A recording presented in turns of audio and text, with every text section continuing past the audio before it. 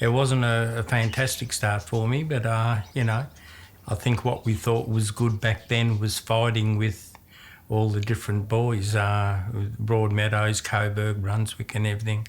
So we're forever in trouble, you know, violent-wise. But, yeah, and that's where I first actually got onto drugs, actually.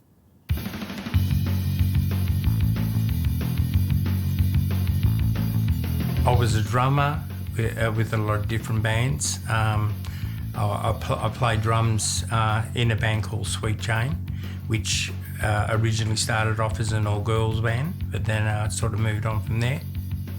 Yeah, just a whole heap. As I said, I did a lot of fill-in work, so I was just playing with different bands all the time. When I got a little bit older, I got into the drugs a lot worse. I was basically living for it. All I worried about was making enough money to be able to get my next deal.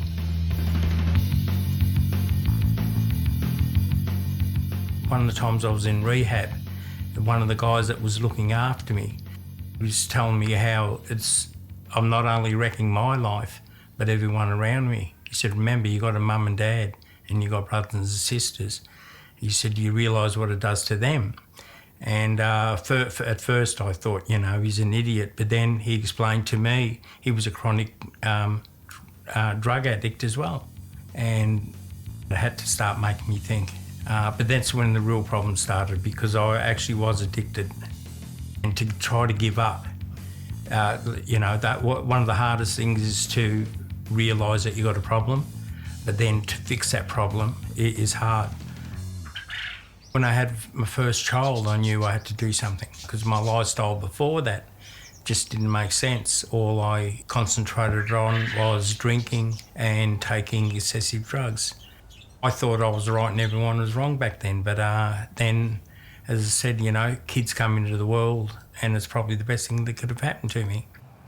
And now I'm married and I have a few children and probably can't be happier. I still wonder why the heck I did what I did all those years ago. It didn't make sense, even though back then I thought I was right. And I couldn't keep going with the garbage that I was literally going on with before, because that's all it was.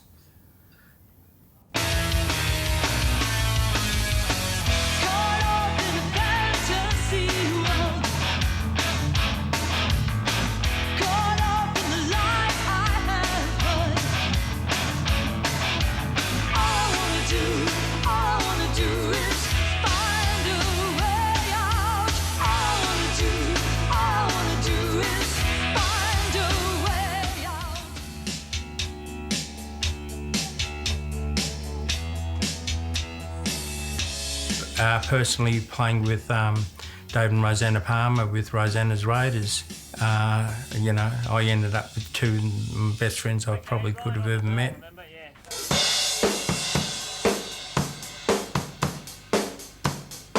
We used to go to Fitzroy Street and talk to the people there. So many times I would come home with a broken heart, with people saying, oh, but you don't understand and you don't understand. But I did understand, because I was into all the drugs and alcohol and violence myself, and I knew what they were going through. But you've only got to see one or two that move on, and it's just all the work is worth it.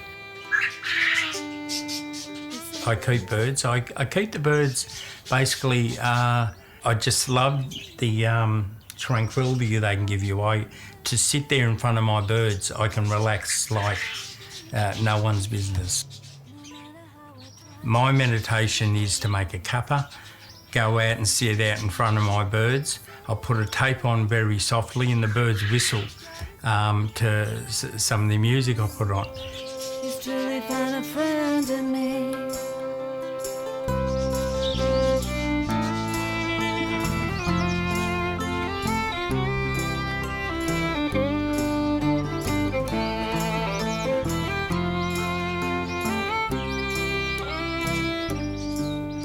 I just like using my hands. I'd rather try to make something rather than buy it. So I like finding old stuff and turning it into something better. I've picked up old crates from factories that they were going to throw out, and I've made planter boxes out of them. God is truly a friend to sinners. He's truly been a friend to me. Well, being a husband, I've met someone that not only I love to death, but she's my best friend, and you just can't get any closer. Being a dad, it's the most amazing feeling. You have to be a dad to realise how special it is. And to be a granddad makes you feel a bit older, but special plus, like you have absolutely no idea.